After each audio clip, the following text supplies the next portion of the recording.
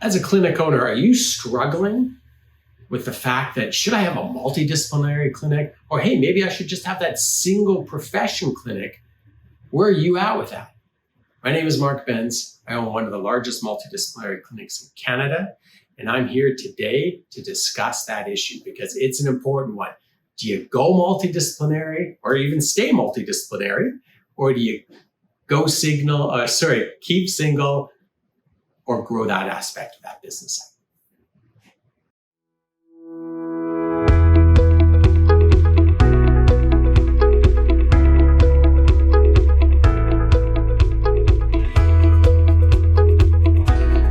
The first thing you want to go over too when you look at the subject matter is, hey, what do you want to achieve, right?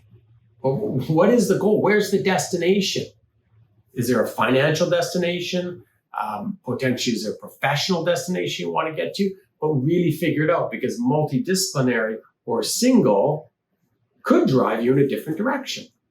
But you need to know what that direction is. So please start with what makes sense. And I like to look at aspects of life. I like to look at relationships. I like to look at career. I like to look at health and wealth. And so understanding what direction supports those areas of your life. So let me talk to you about the first area that I looked at. So when I started out with a single massage therapy clinic and we built it up, and I said to myself, you know what's good for clients? Because they were asking this. They're like, hey, do you know a good chiropractor? Do you know a good physio?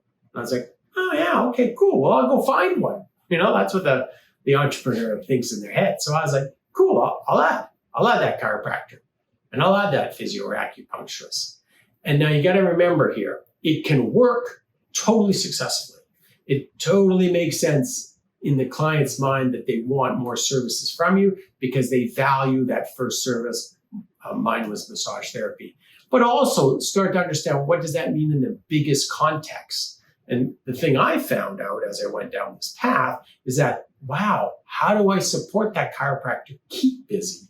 How do I support the physio? How do I support the acupuncturist? And it becomes a big, and I would say huge challenge, the more professions you get under your multidisciplinary umbrella. So I grew to about 15 different professions. And it became so just like, whoa, this is overwhelming. And what happened was I had midwifery, I had Reiki, I had energy healing, I had psychiatry, I had Rolfing, I had counseling, I had a lot. And what I realized was my destination is I wanted to work with these therapists to make sure they had amazing practices. So that was my practice, was to make sure they had amazing practices. But I realized that I was failing. I couldn't help the midwife as much as I wanted. I couldn't help the Reiki therapist as much as I wanted. And so what happened was they're just sort of drifting. They're drifting in my multidisciplinary clinic. And you can say to yourself, well, they're drifting and paying you rent. But that's a very narrow, short-term thing to think about because really what's happening is over time, they're not feeling good about their practices because they're not growing. They're not feeling part of the team. So they're kind of getting disenfranchised. And I just had it in 15 different professions. It made no sense. So I just pared it right down. And I was like, you know what? What can I be good at? Who can I support successfully? So when I wake up in the morning, I'm excited. And I go, hey, I want to go help that physiotherapist. I want to go help the massage therapist. As opposed to, I can't believe that person called. What am I going to do about the homeopath? And that's when I found, got myself into that sort of real problem.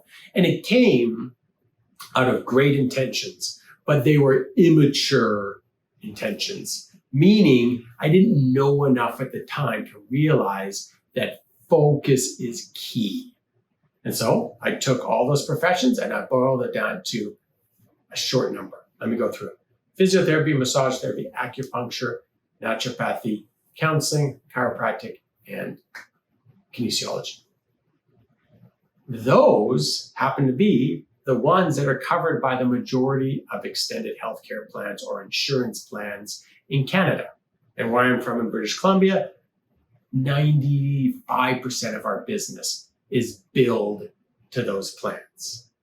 So really important from just a business perspective, if clients have that coverage, it really benefits me over the long term to support where there is financial money being spent, right? So it's like, hey, let's go after those things. Now, midwifery in our province is covered under the medical plan, but in a different way.